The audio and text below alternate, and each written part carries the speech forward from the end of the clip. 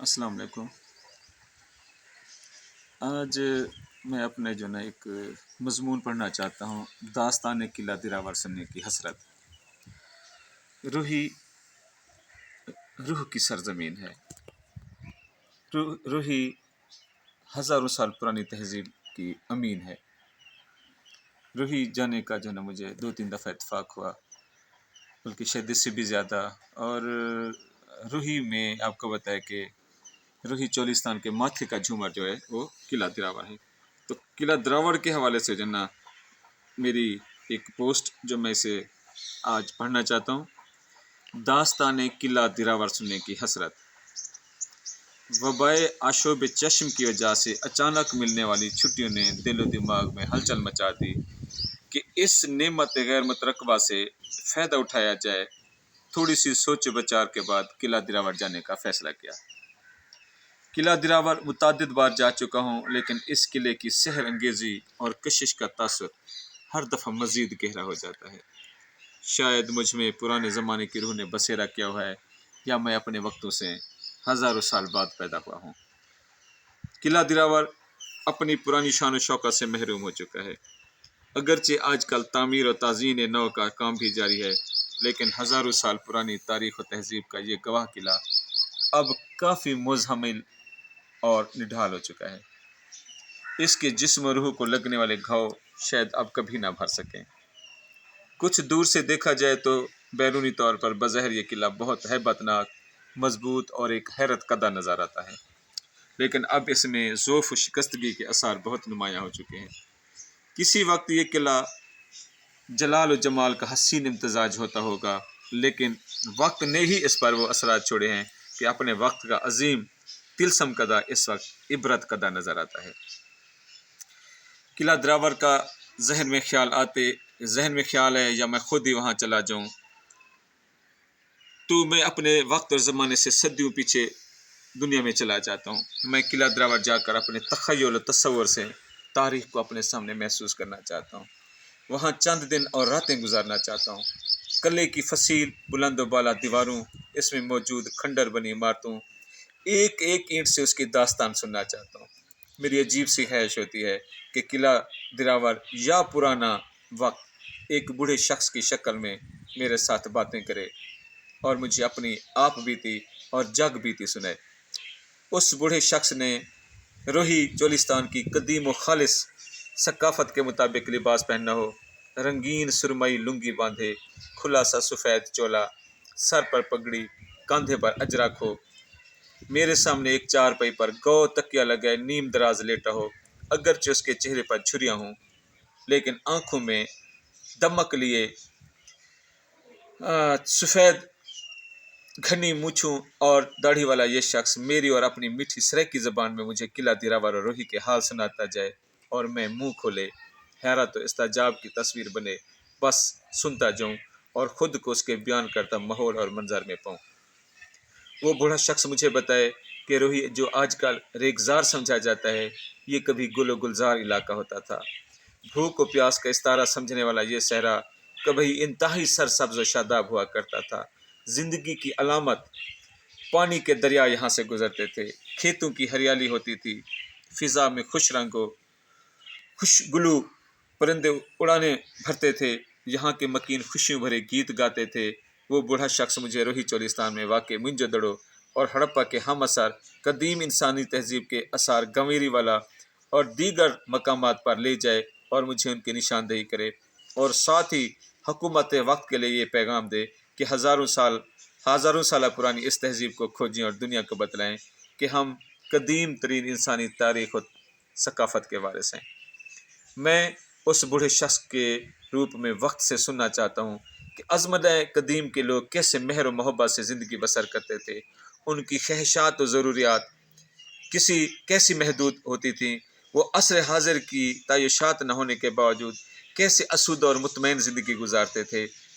वो मुझे अभी तक रूही में मौजूद उसके असल और कदीम बशिंदों से मिलवाए और मुझे बतलाए, देखो ये लोग अभी तक अपने आबा अजदाद की उन खूबसूरत रिवायात के अमीन चले आ रहे हैं, कनात पसंद हैं, हंसमुख हैं, पुरअमन और सुलहजू हैं, धरती से मोहब्बत करने वाले हैं।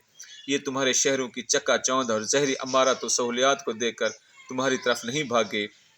روحی کے وسائل کو دیکھ کر اب تم لوگوں کی رالیں ٹپک رہی ہیں، اور تم جدید دنیا کے مہذب و متمدن لوگ صدیوں سے آباد دھرتی کے ان بیٹوں کو بے دخل کرنا چاہتے ہو۔ میں اس بوڑھے شخص کی باتوں کا رخ تبدیل کروا کر اس سے پوچھوں کہ مجھے بادشاہوں کی حال احوال سناؤ۔ وہ سمجھ جائے کہ میں آج کے دور کا کڑوا سچ اسے نہیں سن سکتا، لیکن پھر بھی متبسم مسکراہٹ سجائے وہ میرے سوالوں کا جواب دے، مجھے بتائے کہ بادشاہت تو خدا کی عنایت اور امانت ہوتی ہے۔ ایک بادشاہ اپنے ایک حکم سے ہزاروں لاکھوں خاندانوں کی زندگی میں سکون و اطمینان لا سکتا ہے۔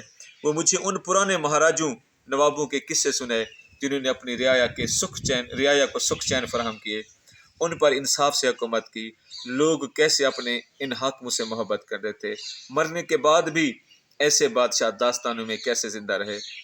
وہ بوڑھا شخص مجھے جابر و قاہر، ظالم و متکبر بادشاہوں کے حالات سنائے اور ان کے عبرتناک انجام بھی بتائے۔ اقتدار کے لیے اپنے خونی رشتوں کا خون کرنے والے بادشاہوں کے حالات، محلاتی سازشوں کے واقعات وغیرہ سنائے کہ چند روزہ زندگی اور اختیار کے لیے، بڑے منصب پر پہنچنے کے لیے بہت غلط اور چھوٹے چھوٹے گرے ہوئے کام یا بڑے بڑے گناہ کرنے کا سلسلہ ازل سے چلا آ رہا ہے۔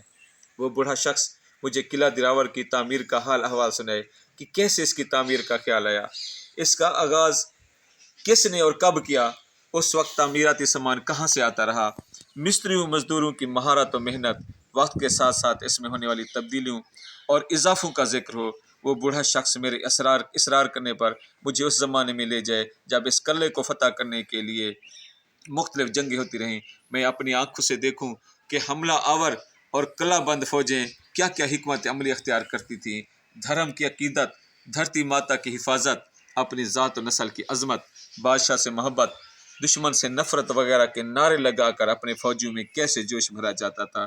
اپنے حریف کو مغلوب کرنے کے لیے سر دھڑ کی بازی لگاتے دونوں اطراف کے جری جوانوں کو مار کا ارا دیکھوں، اونٹوں کے بل بلانے اور گھوڑوں کے ہنہنانے کی آواز، آپس میں ٹکراتی تلواروں کی جھنکار اور بہادروں کی للکار سنوں، زخمی ہوتے فوجوں کی تکلیف اور درد کو محسوس کروں، اپنے مقصد پر جان نچھاور کرتے بہادر سپاہیوں کو سلیوٹ کروں، شکست اور موت کو قریب آتا دیکھ کر کچھ سپاہیوں کی آنکھوں میں چھپے خوف کو پہچانوں، شکست خوردہ فوج کی مایوسی اور دکھ کو سمجھوں، اور اپنے مرنے والے ساتھیوں کا غم بھول کر فاتح لشکر کو خوشی و مسرت کے شادیانے بجاتے رقص کرتے دیکھ کر انسانی نفسیات و فطرت کے متنوع رنگوں پر انگشت بدندہ ہو جاؤں۔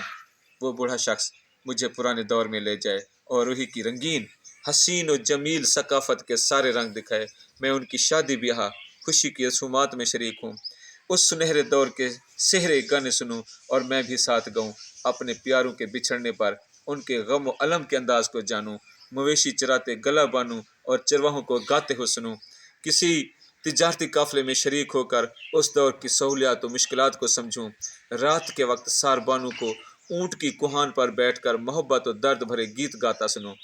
وقت کا بیٹا وہ بوڑھا شخص مجھے شاداب و سیراب روحی سے سراب صورت صحرا تک بننے تک کی ساری کہانی سنائے، گلستان سے ریگستان بننے کی داستان بتلائے، قلعے کے اندر کی تفصیلات و واقعات سے آگاہ کرے، میں دیکھ سکوں کہ کچھ رحم دل اور نرم مزاج بادشاہ مجرموں کو معاف کر رہے ہیں تو قیدیوں کی آنکھوں میں تشکر کے آنسو کیسے جگمگا اٹھتے ہیں، کچھ ظالم اور مغرور بادشاہ بے جا طور پر قتل و غارت کری کا بازار گرم کرتے ہیں تو لوگ آنکھوں میں آنسو بھر کر آسمان کی طرف ترہم بھری نظروں سے دیکھتے ہیں، پھر میں ایسے ظالم بادشاہوں پر قہر خداوندی کو برستا دیکھوں۔ میں اس بوڑھے شخص سے پوچھوں کہ میں نے پڑھا تھا کہ قلعہ دراور کے قریب ہندو کافی تعداد میں آباد تھے، ان کے مندر بھی یہاں بنے ہوئے تھے، اب وہ کہاں ہیں؟ وہ بوڑھا شخص اپنی نمناک آنکھوں سے مجھے بتائے کہ سب اللہ پاک کی مخلوق ہیں، وہ خود ساری مخلوق کو اپنا کنبہ اور خاندان بتلاتا ہے۔ اس قلعے کے ایک طرف خوبصورت عباسی مسجد بنی ہے تو دوسری طرف مندر موجود تھا جو اب معدوم ہو گیا ہے، اگر تم لوگ چاہو تو اس کی تعمیر و نو کروا کر انسانیت کو اپنی کشادہ دلی اور اعلیٰ ظرفی کا پیغام دے سکتے ہو۔ میں اپنی بے بسی پر دل محسوس کر کے رہ جاؤں کہ غیر مذاہب تو کجا ہم مسلمان ایک دوسرے کی مسجدوں اور جانوں پر حملہ آور ہیں، یہ تو ارباب بسط و کشاد کے سوچنے اور کرنے کے کام ہیں، मैं अपनी खिफ़त और नदामत मिटाने के लिए उस बूढ़े शख्स से अपने चेहरे पर फीकी सी नीम मुर्दा मुस्कुराहट लाकर पूछूं कि मैंने कुछ हवालों में पढ़ा है कि सिकंदर आज़म का ख़जाना यहीं कहीं मदफून है, उसके बारे में मुझे बताएं ताकि वो कीमती ख़जाना मुझे मिल जाए। वो बूढ़ा शख्स मुझे खुफ की भरी नज़रों से देखे और कहे कि क्या सिकंदर दुनिया से जाते हुए ख़जाना आसमान पर ले गया था? फिर मुझे प्यार से समझाए कि इस किले से मुल्हिक ताजपोशी महल है जहाँ अब्बासी नवाबों की ताजपोशी की जाती थी। फिर मुझे हाथ से इशारा करके दिखाए कि उस सामने अब्बासी नवाबों का शाही कब्रिस्तान है, वहाँ जाकर उनसे पूछ लो कि वो अपने साथ कितना ख़जाना लेके हैं और इस दुनियावी ख़जाने की उखरी ज़िंदगी में कितनी कदर कीमत है। वो बूढ़ा शख्स मुझे किला दरावट की तरफ मुतवज्जे करके बताए कि कभी ये किला अपनी पूरी आबोताब और अपने जोबन पर था। यहाँ ज़िंदगी गुनगुनाती और मुस्कुराती थी, अब रातों को हू का आलाम होता है। यहाँ फ़ौज रोज़ाना परेड करती थी, यहाँ बाकायदा सफाई और पानी के छिड़काव किए जाते थे। अब चमगादड़ों की फ़ौज का राज है, खुशबुओं की जगह चमगादड़ों की बीटों की नागवार बू आती है। कभी राजे महाराजे, अब्बासी नवाब, उनके शाही मेहमान और उनके ख़ानदान यहाँ क़याम करते थे। लोगों को कोसों मीलों दूर रखा जाता था, अब हर आम बंदा यहाँ आ सकता है। ये हैरत कदा अब हसरत कदा, ऐश कदा अब इबरत कदा में तब्दील हो चुका है। हर चीज़ की एक उम्र और अरूज होता है, इसके बाद ज़वाल ही सबका मुकद्दर है। अपनी थोड़ी सी ज़िंदगी और दुनिया के लिए बाकी दुनिया को तंग ना क्या करो। क्या तुमने हमेशा ज़िंदा रहना है? जब हज़ारों साल पुराना ये मजबूत और मुस्तहकम कला शिकस्त और रेख का शिकार हो गया है, तो तुम गोश्त पोश्त के इंसान क्या चीज़ हो? मैं खामोश साकित तो सामित बैठा, ज़िंदगी की नापैदारी से मुतालिक उसकी बातें सुनता रहूं जैसे मेरे जिस्म में जान न बची हो। वो बूढ़ा शख्स मुझे मुतवज्जे करने के लिए बार बार चुटकी बजाए और आखिर में कहे कि अब तुम घर जाओ, यहाँ आते जाते रहा करो, मैं तुम्हें और भी बहुत सी दिलचस्प और इबरत अमूज़ कहानियाँ सुनाऊंगा। मेरे पास बहुत दास्तानें हैं, पता नहीं कि अगली दफ़ा तुम्हें यहाँ आने के लिए मोहलत और वक्त मिलता है कि नहीं। मैं बुत की तरह चुपचाप उसे काफ़ी देर बस तकता रहूं, फिर बेध्यानी और बेख्याली में उस आलम तहय्युर और तसव्वुर से निकलूं और इस अर्ज़ी और नापैदार आलम में लौटूं। बहुत शुक्रिया जी।